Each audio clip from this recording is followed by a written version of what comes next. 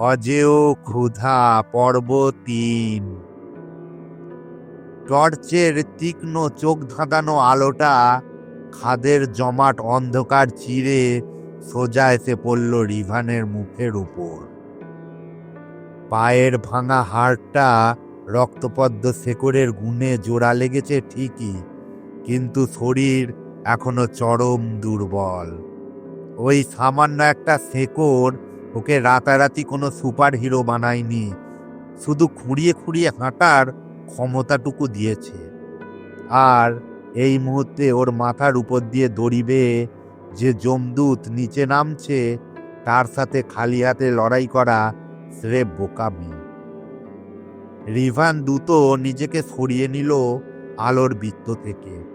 হামাগুড়ি দিয়ে ও লুকিয়ে পড়ল একটা বিশাল কালো পাথরের আড়ালে। ওর নিঃশ্বাস ভারী হয়ে আসছে, কিন্তু ও দাঁতে দাঁত চেপে শব্দ আটকে রাখল। দড়ি বেয়ে নামা লোকটা এবার বরফের উপরে পা রাখল। ওর গায়ে কালো রঙের থার্মাল স্যুট, মুখে একটা রেসপিরেটর মাস্ক, আর কোমরে ঝুলছে একগুচ্ছ ধারালো অস্ত্র। লোকটা কনিষ্কের পাঠানো একজন পেশাদার ক্লিনার।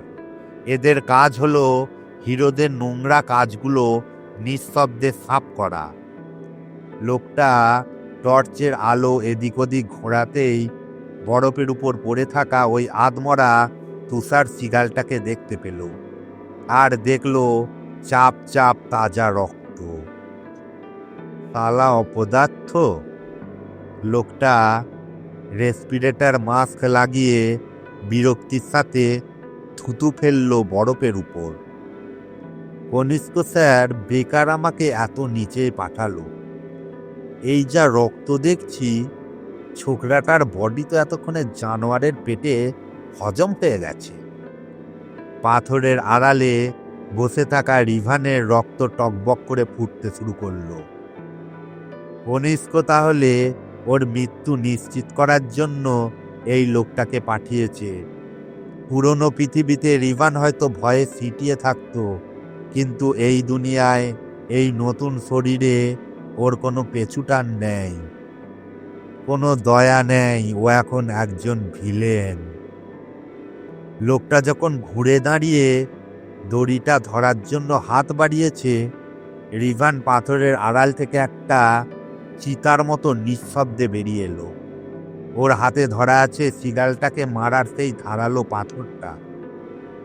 লোকটা কিছু বুঝে ওঠার আগেই রিভান পুরো গায়ের জোর এক করে পাথরটা আঁচড়ে মারল লোকটার হাঁটুর পেছনে নরম পেশিতে।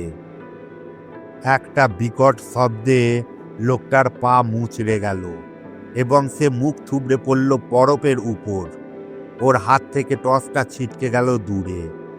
লোকটা ঘুরে দাঁড়িয়ে কোমর থেকে ছুরি বের করার চেষ্টা করতেই রিভান এক লাফে ওর বুকের উপর চেপে বসল।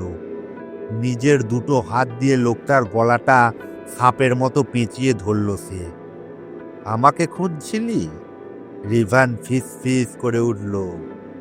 ওর গলার স্বর এতই ঠান্ডা আর নিষ্প্রাণ ছিল যে গুপ্ত ঘাতকটার মেরুদণ্ড দিয়ে আতঙ্কের স্রোত বয়ে গেল। লোকটা খাবি খেতে খেতে রিভানের চোখের দিকে তাকালো। ওই চোখ দুটো যেন আক্ষরিক অর্থেই দুটো কালো গহ্বর, সেখানে কোনো আলো নেই। তুই লোকটা তোতলাতে তোতলাতে বলল, আমাকে মেরে তুই বাঁচতে পারবি না রিভান।